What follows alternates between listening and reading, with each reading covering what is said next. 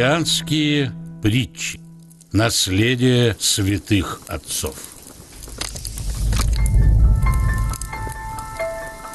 Еще больший подвиг.